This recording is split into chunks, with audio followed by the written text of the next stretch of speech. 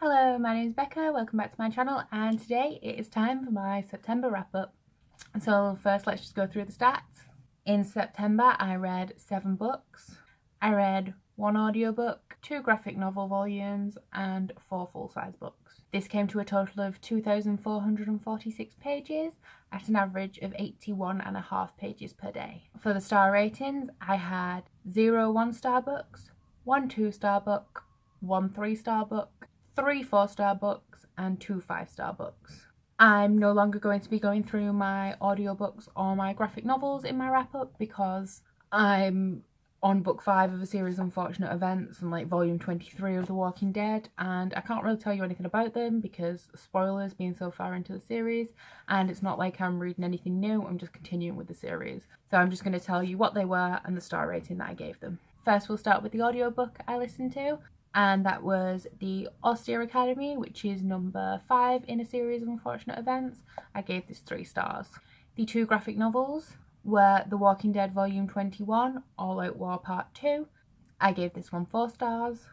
And then The Walking Dead Volume 22, A New Beginning, and I gave this one 5 stars. So let's just move on to the full-size books I read this month. The first book that I read this month was Crescendo by Becca Fitzpatrick. I'm very sorry for the glare off the shiny cover. I gave this book 4 stars. Overall, I did like it. I've mentioned before it's a guilty pleasure read. I really like Patch. The plot was interesting, although it did take a little while to get started. And the main thing that I like about these books is that they kind of set me on edge. Like, if Nora is in her room and she hears footsteps, I'm like, who is it? Who is it? What are they doing? Are they coming? I know these aren't good books and supernatural isn't something I'm really into anymore, but I am enjoying them for what they are. And if you just want a fast guilty pleasure read, I would recommend reading the Hush Hush series. Next, I picked up A Court of Mist and Fury by Sarah J Maas, which of course, as you know, I gave all of the stars. All of the stars in the sky I gave to this book. It was like I'd never read it. It was like I was reading it for the very first time, and everything that was happening, I was feeling it. And I think because so much happened in this book, I'd forgotten so much of it, that when I was reading, I was like, oh my god, this happened, I forgot. What happens? Like, I can't remember. When you get to the end, there is a bit of a twist, and I remembered that I didn't like one of the characters because of the ending, but I couldn't even remember why, and that was like a major plot point. So it was just great reading this. Like, I'd never read it before. I fell in love with Reese all over again, and I can't really express my feelings towards this. Can't really tell you what it's about because spoilers, but I'm sure you already know. You've heard me mention A Court of Thorns and Roses on my channel probably at least once in every single video because it's my favourite series. So it comes as no surprise to you that I gave this 5 stars.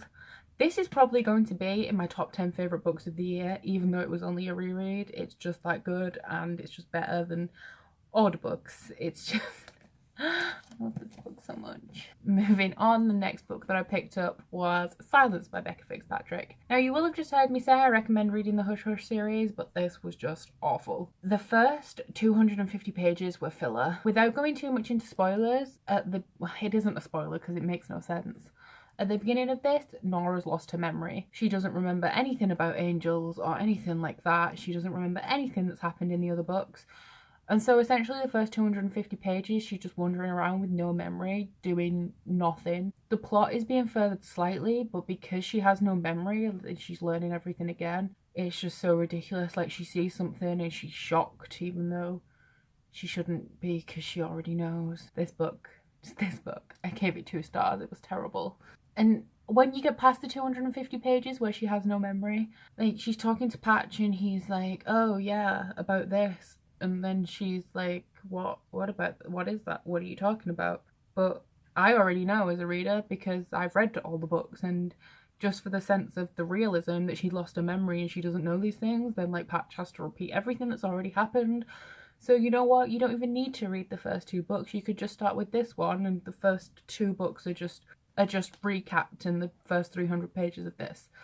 It was terrible, and I hope that the 4th book redeems the series, otherwise I'm going to be very annoyed. And the last book that I picked up in September was Invictus by Ryan Gordon. This is a YA sci-fi. I have done a full non-spoiler review because I received an art from NetGalley, which I will link up here in the cards. I thoroughly enjoyed this, gave it 4 stars. It wasn't what I expected when I went into it. It was a lot lighter than I thought it would be. It's a lot like the Lunar Chronicles, so if you like the Lunar Chronicles or if you need a gateway book into sci-fi, I would highly recommend this book. It has a great sense of friendship. I loved the relationship between all of the characters. As somebody who doesn't read a lot of sci-fi, the like time collapse, time travel, multiverse, hopping stuff kind of messed with my brain a little bit, but I really didn't like it and I would highly recommend. It's about a 18-year-old boy called Farway McCarthy whose mother is a time traveller and his dad is a gladiator, and his mother broke sort of the laws of nature by conceiving him with this gladiator, and on her way back to her present time to give birth she didn't make it, and so Farway is born outside time, which sets off this whole like chain of events. And it's about his time traveling adventures and the conflict that arises from him being born outside of time. And it's just a great adventure. The characters are great, the story's fun. The only thing that I would fault it on is that I wanted to see more time traveling, because you start off with like your backstory and then it just skips a year and you're right into the story, and he goes on like one time travel mission and then like the whole plot kicks off. So I'd like to have seen him visit more places, steal some of the relics that is his job, before the whole like catastrophe starts kicking in, if that makes sense. But I would recommend it. It's probably if you've read Ryan Gordon before. I haven't, but I want to pick up Wolf by Wolf. And yeah, with a 4-star read, that means I liked it a lot and you should pick it up. So that's it for today. I think I've covered everything. I am participating in the Spooky Shelfie Readathon and I've got my TBR up if you'd like to check that out to see what I'm reading. It's going to be a little bit different, my TBR for October, because the only series that I need to wrap up in October is A Court of Thorns and Roses, so I'm reading A Court of Wings and Ruin. Everything else I've gone like off the rails, which is so unlike me.